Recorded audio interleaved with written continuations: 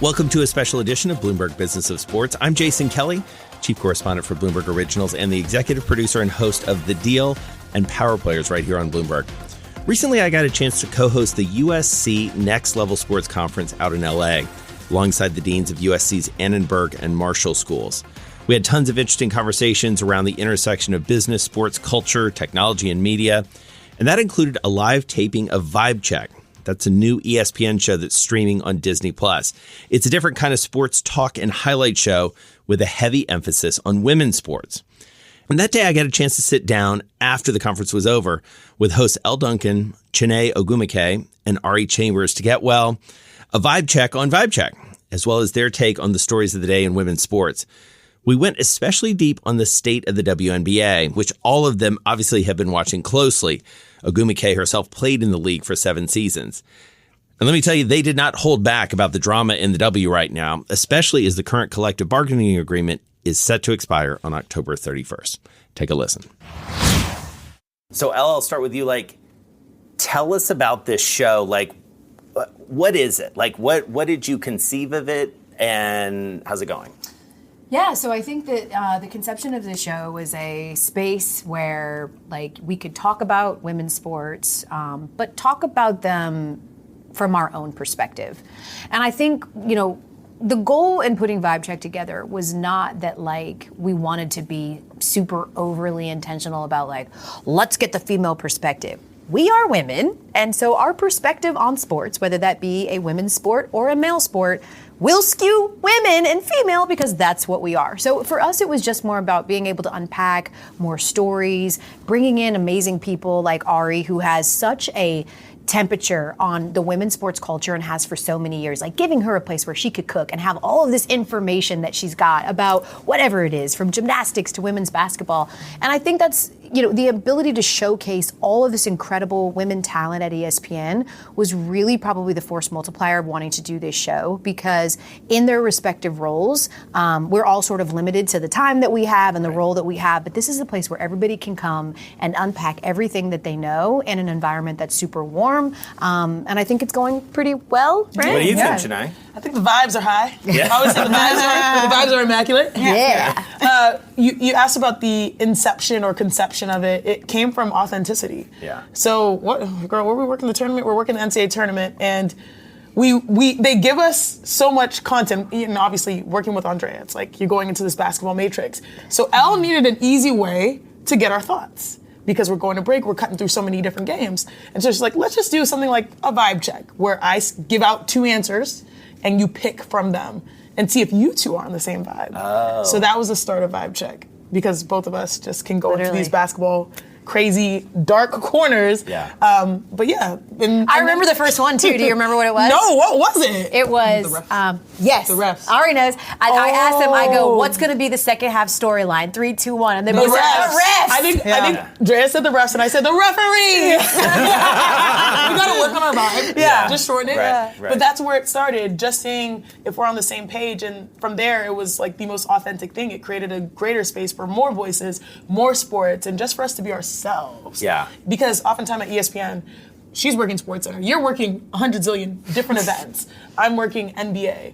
But this was a space for us to be ourselves. So, Ari, come in here. So, tell us about that exact point, because, obviously women's sports, we're going to talk a lot about that, are rising in popularity, in viewership, in attention at ESPN and elsewhere.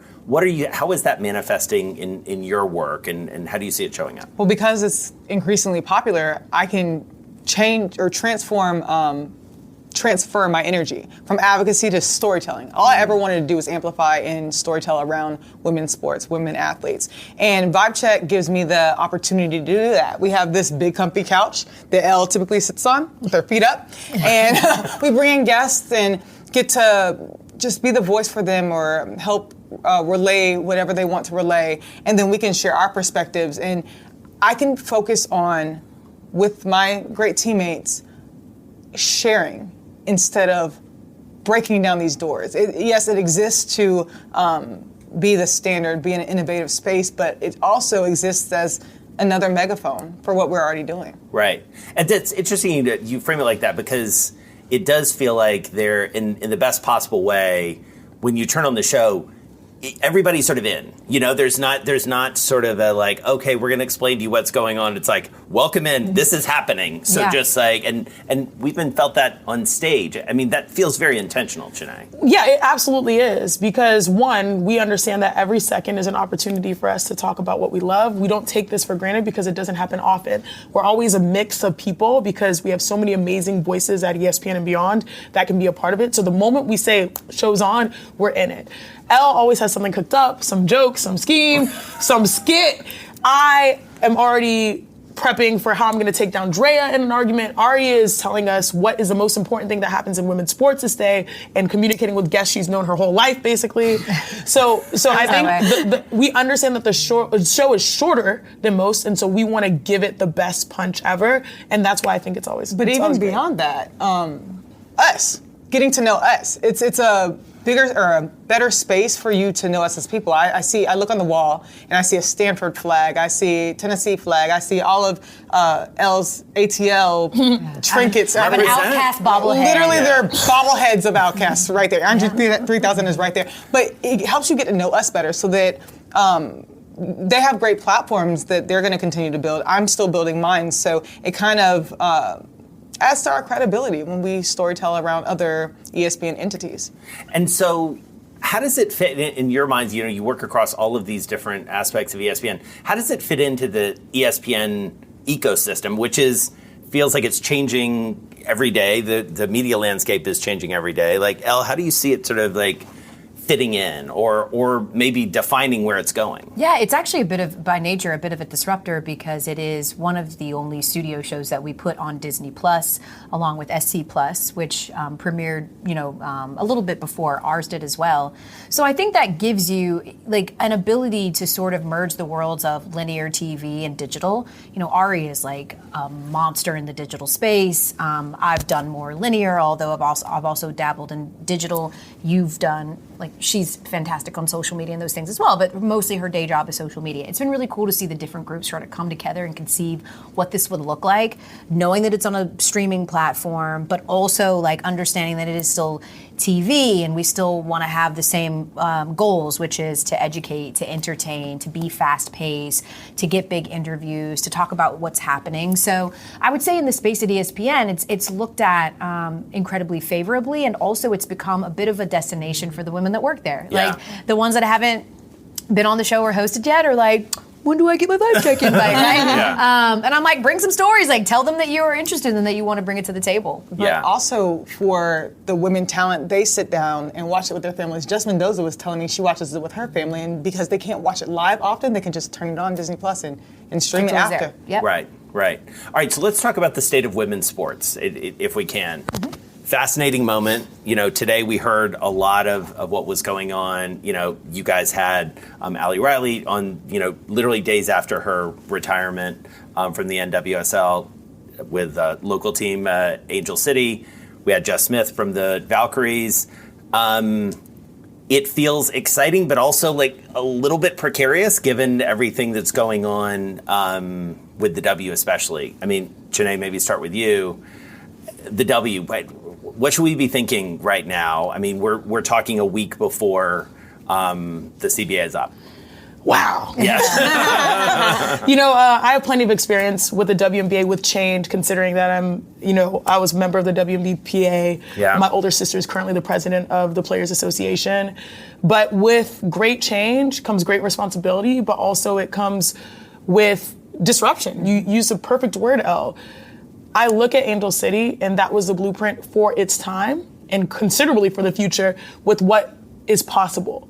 I played in the WNBA. When I went to my first Angel City game, I was still playing, and I was like, whoa, I'm literally across the street. And I'm like, what they have going with the business, the infrastructure, the support, the influencers, the investors.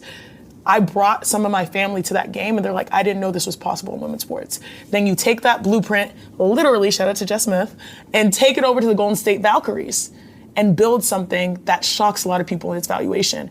So one, the players have always been the best in its kind, right? always going to put out the best product.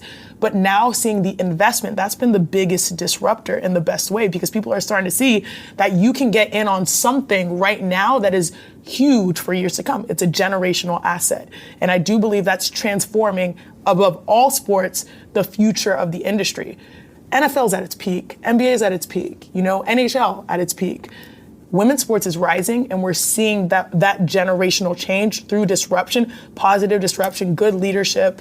I'm excited. And it's wild because the headlines are wild. Yeah. Women are owning their own narratives and statements. I often say that, like, women's athletes, they tend to have multiple degrees.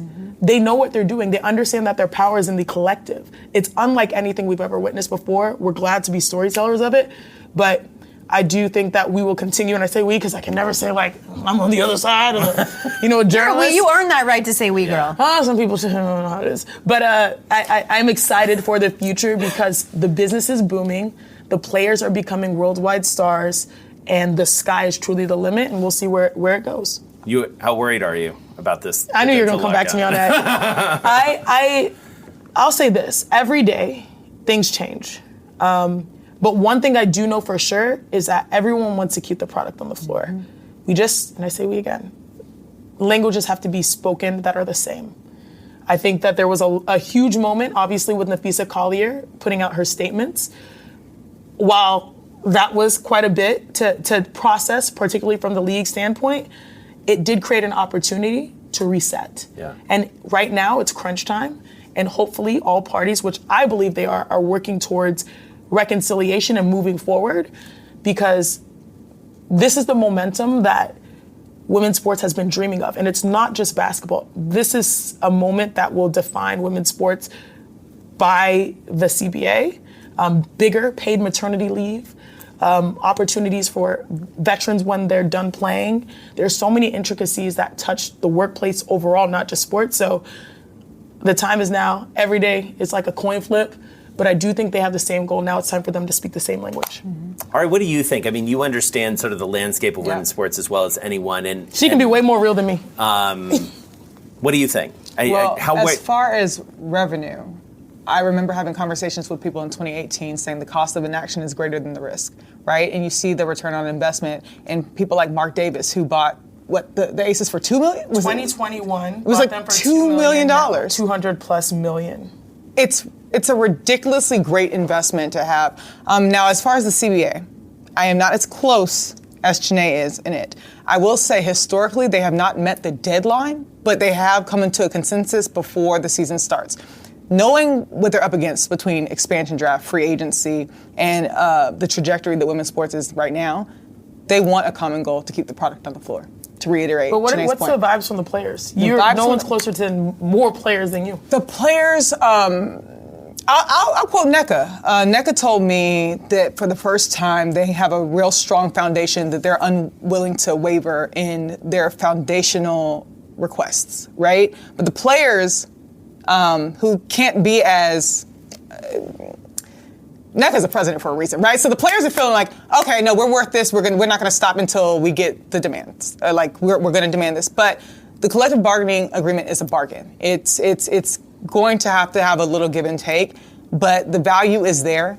Numbers talk, the numbers are talking, and the players are able to be louder in a way that they haven't before. Swin Cash, when she renegotiated in 2016, said we had to know when to walk away from things. We had to know what to ask for so that the league can sustain. And I think that there's apprehension on the league side with sustainability if you fulfill all the requests right now with the trajectory and the way it's growing.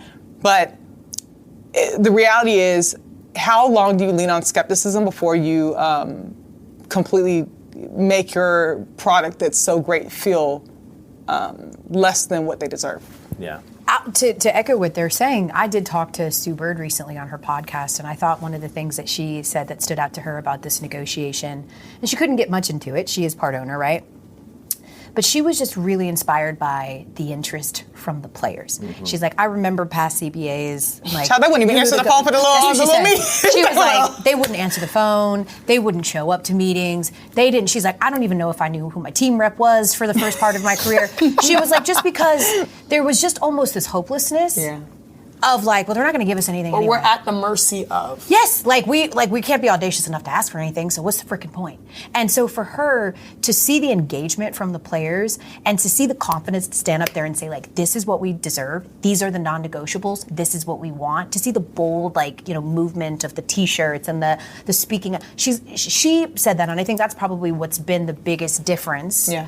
Chiney, The engagement. is the engagement from the players who are standing in purpose and saying like, we know what our value is and we are going to speak for what's right, because to her point, this has the potential to really be a defining seminal moment in women's sports. And players are now having ownership positions, whether that's within, being a retired player, having a team of their own, or creating their own leagues, or owning their own businesses. Like Janae said, they have multiple degrees.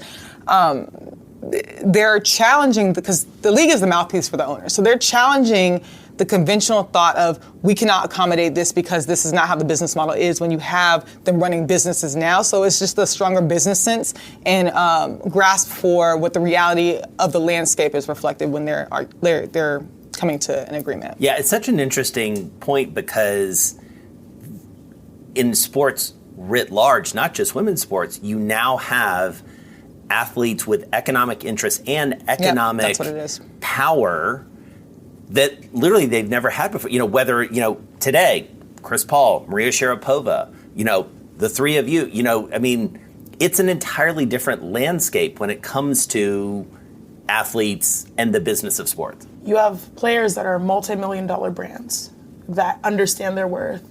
You have players that are launching their own leagues and finding creative ways to be sustainable, but also go beyond that, create new partnerships. And then you have players that still do the traditional mode of going and playing overseas. Mm-hmm. The options are much different than where they were in the past. And I do think that this is a good sign. When players can feel like they stand with a individual or collective value, that's a good sign for business. Mm-hmm. But what they want is to be able to share in the growth of that. Yeah. Not saying that it has to be equal to what we compare to in other sports leagues, but something that is proportional for what they reflect and where the business is today. Mm-hmm. And these players, that's what I loved about what Ali said. They talk to each other. Yeah. I'll never forget in the last CBA, Sue was on. So who else was listening in the background? I don't know if that was fair. I don't know if I was feeling too much. Megan was in the back. Yeah, right? Megan Rapinoe, her partner. Yeah. Rapinoe. And they just accomplished going to Capitol Hill and fighting through legislation. That parade was crazy. Yeah. I remember it. Then they take that institutional knowledge and say, hey, WNBA, what do you need to know? Yeah. And they're like, oh, this is how we're going to help our league grow. We're going to take this and build our own leagues. So they're problem solving on the fly, but you don't want the problem to be with an institution that you love and adore, you dreamt of since you're a kid. You want to be partners in that. Oh, and then lastly, the valuation of teams and what the owners are willing to pay. Now that there's a higher demand for when you bring in a team, you have to meet a certain standard of economic stability. That makes a difference too, because there's a inequity of ownership willingness to compensate the players. And I think that if all ownership groups were able to come to a consensus of what it looks like to be a successful team and what the ownership groups are willing to put into the players, it wouldn't be so back and forth. Again, I think the league is the mouthpiece for the owners to help bridge the gap between the 7 wealthiest versus the rest. Yeah. My sources tell me that's not a problem. My sources that have negotiated the last few expansion teams have told me that in terms of that valuation, that they had 3 teams that were willing to pay that $250 million expansion fee, and that if they wanted to, they could have had 12. Right. Yeah, exactly. The new ones. But the existing ones is what I'm saying. Yes, absolutely. Yeah, and I think they're going to have to force the issue. They're going to have to force the hand for the ones They're going to have to. And that is the ownership side. Yep. We've seen this in soccer, and now we're seeing it in basketball just as much, that, this is the evolution of a league, right? In the sense that, it's no longer, you guys have heard this as much as I have. It's no longer a charity. You're not doing it out of your foundation. This is a business. Yes. When Willoughby and Bob Iger bought Angel City at a $250 million valuation, That was a business To decision. own a franchise, though, now sitting in 2025, about to be 2026, that looks like a steal. Yes, Knowing absolutely. where that's trending. Right. But I do also think, like Ari, to your point, there is always going to be cheap owners. Like it's across. It just is. Yeah. There are. I mean, how many times do we see the NFLPA warn their players, don't go play for them? Like this is just a reality of it. You're going to have huge investment from some owners, and you're going to have some owners who are cheap. And like but to her point, it's the few and far between. Those cheap ones that don't want to spend any money, don't want to upgrade facilities, don't want to do any of those things that need to be, continued to weed out by making sure that there is a huge investment in these people. And I think my sources are telling me that one of the biggest sort of tipping points and selling points to these prospective new owners is like any other business, as an entrepreneur that you have started, you are going to lose money up front. Right. You need to be okay with that. Yeah. You're going to lose money. But if you keep investing, it will come back to you tenfold. And I think to your point, like Mark Davis is a huge symbol for that. You buy, he lost money until he didn't. And now he's got the most important franchise in the W. So I think with multiple rings. I was going to say, and that's why they're the most important franchise. Yeah. And that's it? Yeah. All right. So to wrap it up, it feels like, just based on this discussion, vibes are good. Like Vibes are Vibes are high. Vibes are progressive. Vibes are high, yeah. And Sitting on top of the world. And so, what's next for Vibe Check? Like, how do you guys think about the next year or two? Looking out, does the show grow? Does it spin off? Like, what is the grand Vibe Check plan? Oh man, We both looked at You're sitting right there in the That's why middle. you gave me the middle seat. Yeah, I mean, I think the goal is always to, at least from this side, and like that question may be better answered by a marketing executive or one of our executives. But what do you want it office. to be? For me, I care purely about making sure we do the absolute best version of the thing that we have before we talk about expanding and spinning. And I am completely driven by content. And I am also a bit of a perfectionist in that, until I feel like we have executed and nailed this thing, and we're still figuring it out. I mean, Vibe Check premiered in May. It's just been around for a few months. We are still getting our sea legs under us. We're still figuring out combinations because, again, we do have so many. We're still figuring out audience metrics. I mean, something can be sold, and that's amazing. We want it to be sold, but it takes some time to get research, to figure out what people are resonating with, what topics they're interested in. And so for me, I'm far less interested in what's next for Vibe Check in terms of scale, and much more in how we each own our little space of Vibe Check and continue to try to make it authentic and real and a place that's a destination for families to come. And learning over the last few months what our demos are, what our audience looks like, that to me is information that we'll use moving forward. Can you add to that? Mic drop. That's my sis. Well, I appreciate all three of you Thank you spending so some much. time. Thank This you. is really fun Yes, it's to great. chop it up. Vibes are great. Vibes are great. Wait, I feel like we should have done a vibe check with We you. should. I know. Yeah. Wait, what? Ooh, okay, I got one. Okay. Georgia or Georgia Tech? Georgia Tech. Sorry. This is You went to about them. Georgia, though. I didn't go to Georgia. Oh, you're just a Georgia fan. I'm a fan of I have a lot of family from Georgia Tech, which is probably where I attend, and then I have a lot of family from Georgia. Ah, so you're So you split just right picked down the one. middle. I'm split. No, So I clearly got not. Georgia Tech. Okay. All right. Georgia State or Georgia? I'm just kidding. Georgia Southern. Thanks so much for listening to this special edition of Bloomberg Business of Sports. For more from me, check out my podcast, The Deal. I host that alongside MLB legend turned NBA and WNBA owner Alex Rodriguez. Recently, we've had conversations with everyone from Dallas Cowboys owner Jerry Jones to Peloton instructor Robin Arzón and former New York Giant and current Goldman Sachs managing director Justin Tuck. Check that out. And stay tuned on this feed for more great episodes of Bloomberg Business of Sports. I'm Jason Kelly, and this is Bloomberg.